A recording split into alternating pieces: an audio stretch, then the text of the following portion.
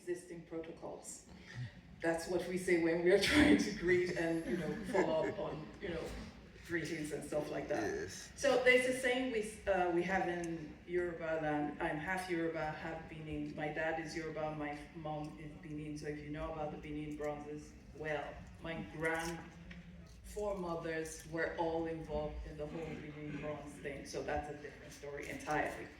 So this is the proverb. It's said that the water that forgets its source dries up. What do I mean by that? And this is fundamental for me because when I was much, much younger, never mind what I look like, but when I was much, much younger, I was invited by an international organization to go to Malawi.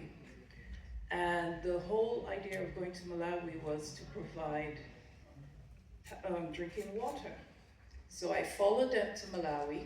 I thought it was a fantastic idea. The borehole was dug, there were celebrations, and we all went to bed thinking we've done an amazing thing for this village. And in the middle of the night, I was summoned.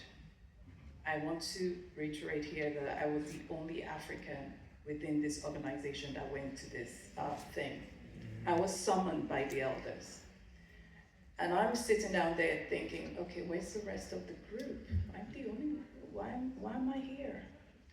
And this is what they told me. They said, we sent you out there to study, to go and learn the ways of the outsiders.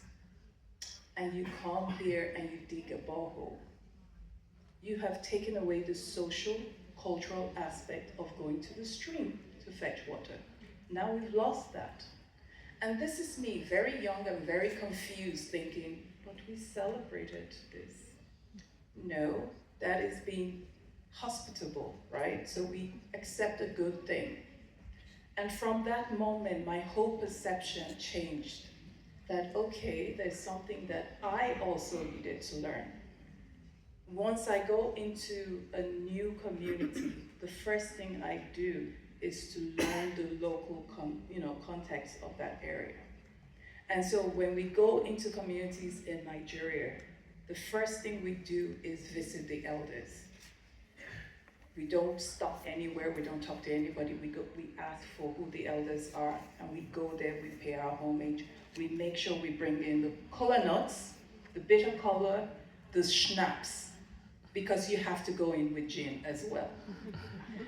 So we've learned that, and so we go in with all of this to show the appreciation and to show that we're also part of the community, that we understand the local context, and they love that. And so we state why we're there.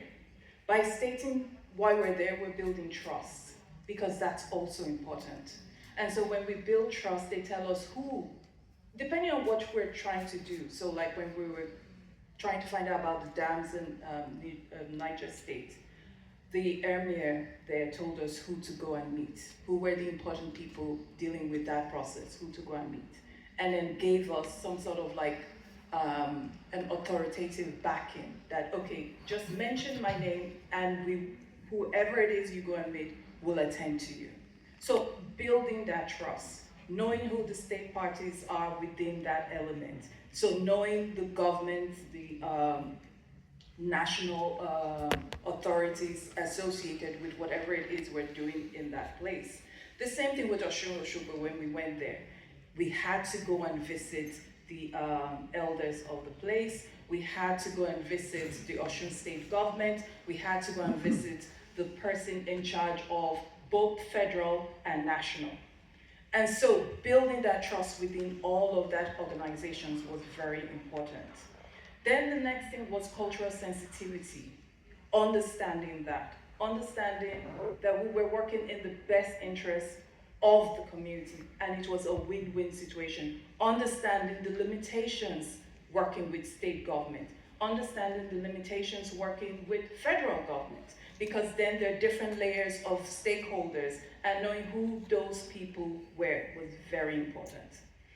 And then we realized that the moment we gave them enough information, that the stakeholders will actually sit down like what we're doing with Lagos State, because they want to get their site on the tentative list, is actually doing that whole conservation management plan from the very beginning. And so it took 8 months to understand who all the state parties were, who all the elders were, whose sites will be impacted with whatever it is that happens after we move past the tentative list.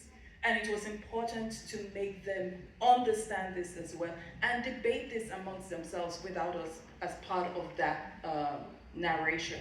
And so it showed that the state parties were willing to work with what was happening on the ground as long as they were involved and they knew what was happening and that it was the community that was coming to them. This is what is happening with Lagos State at the moment, because they're not on the tentative list yet, but they're willing to go through the whole process of the conservation management plan before we even begin the whole, dossier or tentative whatever.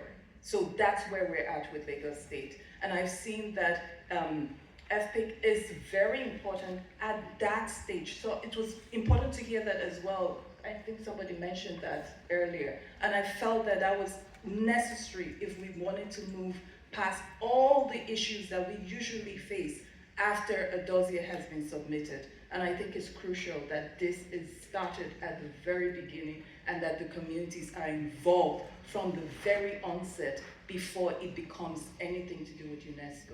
And I thought that was really crucial. Thank you. Thank you so much.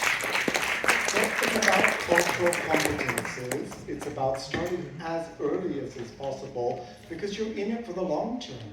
And there's going to be relationships you as a consultant may leave, but all these people have to continue working with each other. And every community takes decisions in its own particular way. And so having that awareness, openness to it. We're going to switch